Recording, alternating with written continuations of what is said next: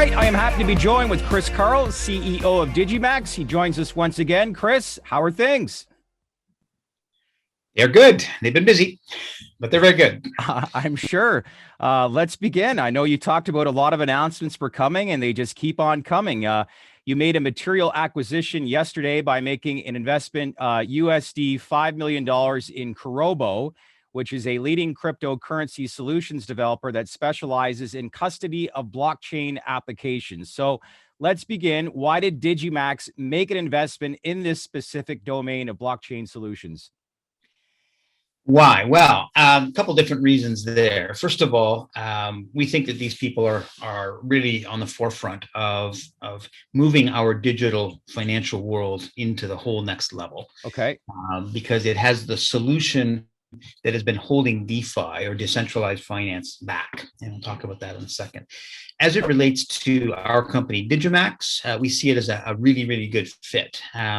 Some of the technology that they have is going to be very, very useful, we believe, in the things that we're doing, both with Crypto Divine, very, very much so in the transactions that we see coming with our own cryptocurrency mutual fund or cryptocurrency fund that we're going to be operating out of the Cayman.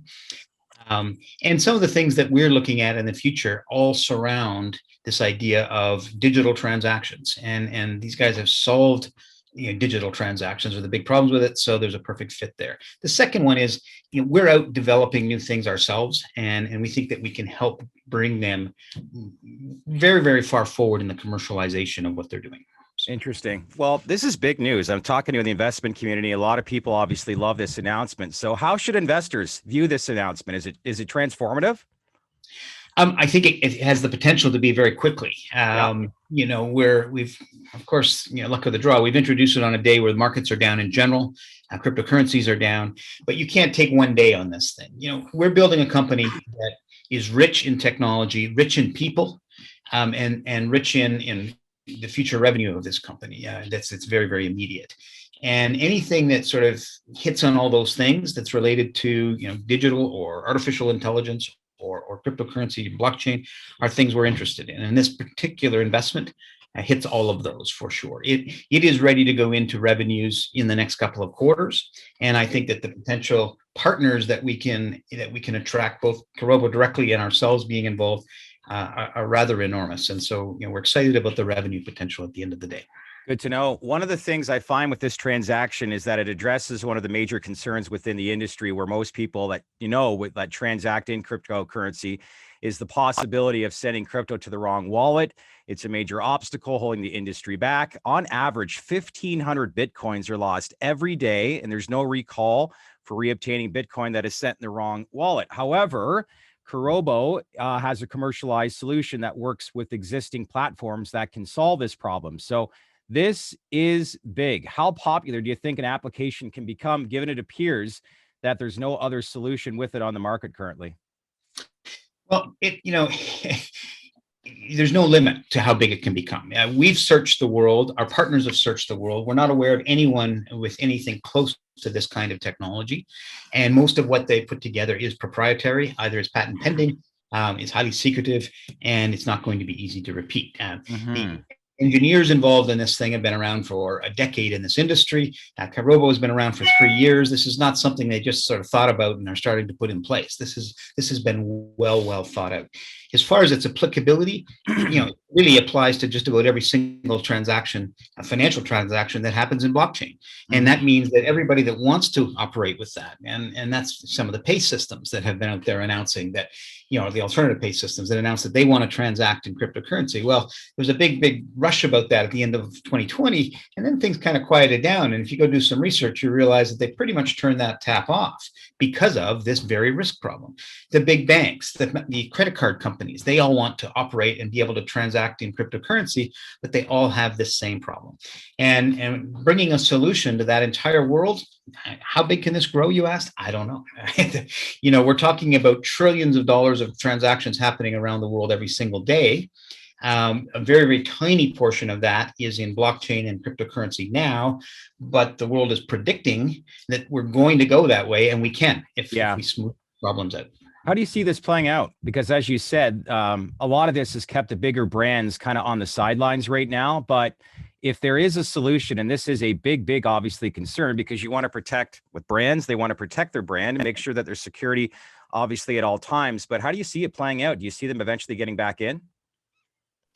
Well, who getting back in? Sorry. Like PayPal, MasterCard, like companies like that? Absolutely. Absolutely. They want in, and they spent tremendous resources already to get there. They don't have their own solution to this. So as far as, Kirobo is concerned and our interest in Kirobo, I think that they can generate revenue very quickly on a couple of different ways. I think they can license this technology in some sort of proprietary format with most of the large financial transaction companies, like the alternative pay systems, like the credit card companies. And I think that there's deals to be done there over the next few months. And I think that Kirobo itself can become a platform that offers transactions, secure transactions between two parties. It doesn't really want to become a bank per se, but it can definitely become its own clearinghouse. Right. And this is just the beginning. They've got some amazing technology, all related to this sphere. And there's half a dozen different products that you'll be hearing about over the next 6 months, let's say on average 1 a month, of things that we'll be doing with them in the marketplace and that they'll be doing directly, that are going to be very, very revenue accretive. That's incredible.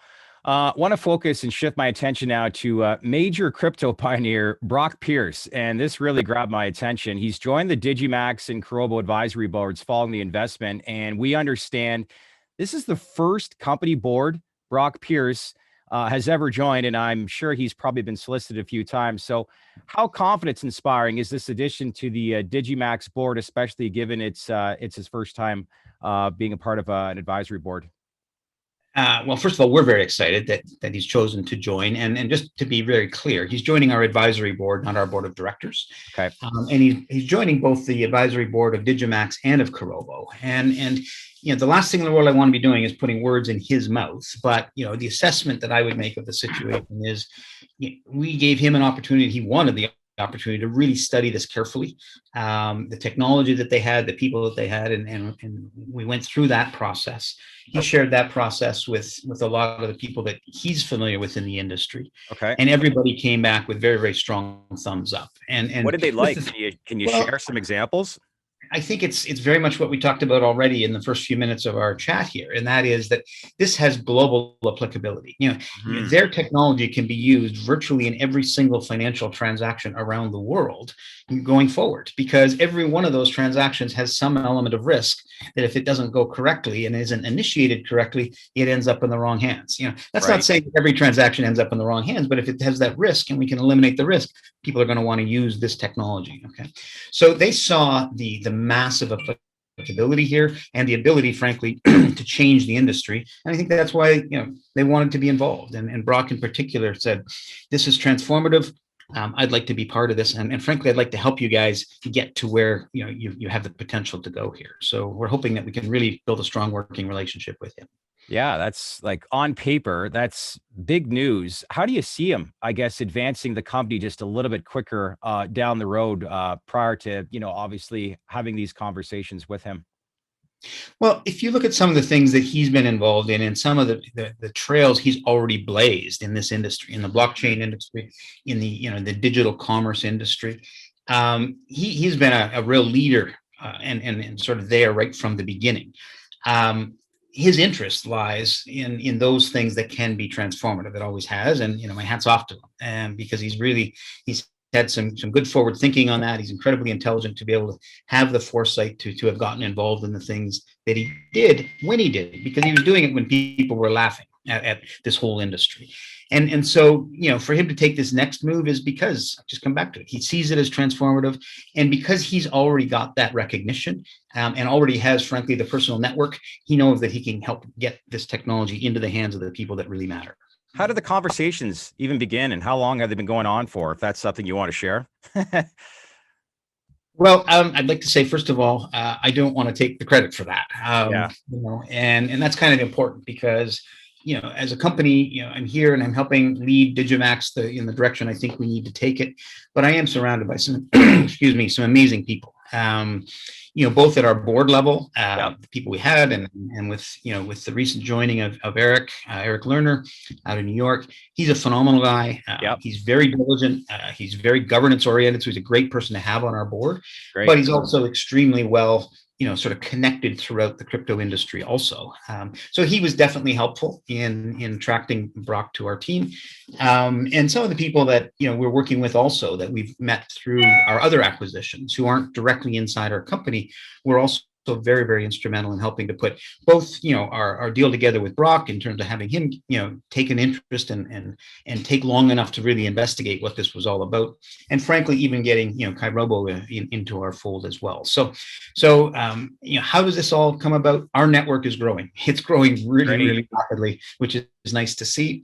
And yes, I am at the helm as the CEO of the company, but surrounded by a very good team. Yeah, one of a group of people. It doesn't mean we're not working 12 hours a day, too many days a week, but it definitely is something that is a team effort, and as well as, and I don't want to discount the people inside our company either. Yeah, our board, our senior people. Some of who are well known in our company. We've got a few people that aren't so well known yet that are really making a difference in our company as well. So it's a great team, both internally and externally to this organization, and we're just getting started. Well, that's the thing that's getting so many investors excited, is that they see the team that's forming, and a lot of these, acquisitions and announcements that continue to grow. It's just like, what is the momentum? You factor in an industry that's obviously trending in the right direction. And now, an acquisition of a company that really targets specifically some hurdles that the industry face. So promising times, to say the least. Last thing I wanted to ask, and you touched on it earlier in this interview, in lieu of yesterday's announcement, how does that tie into the crypto funds DigiMax setting up in Cayman Islands? And most importantly, what should investors expect next? Well, I think it will have a lot of applicability as we launch our crypto fund, which is targeted right now for the end of August. A lot of the money that the money that we expect to attract into that fund will come in the form of crypto wanting to be invested directly. That involves blockchain and crypto transactions. And if we can start to use the Kirobo technology to make those transactions safer, both from our investors into our fund and vice versa, as well as the transactions day to day that the fund itself gets involved in, then I think that's something that really becomes demonstrable as far as what the Kirobo technology is, and it makes our fund that much safer. And whenever you lower risk, you increase the appetite from our investors. So it's one more little thing that I think will help our fund be different than a lot of others. And on the other side, the Crypto Divine side, as that starts to grow, and as our new version comes out toward the end of May, and we show the world some of the things that we're going to be doing in the future, this Kirobo technology and some of the things that we're going to learn about the Kirobo technology over the next few months can only help that situation as well. So it all really kind of meshes together beautifully, and we're just super excited about it. Keep up the good work, and let's keep in touch. Okay. Always nice chatting, Shad. I really appreciate it. Well, thanks, Chris.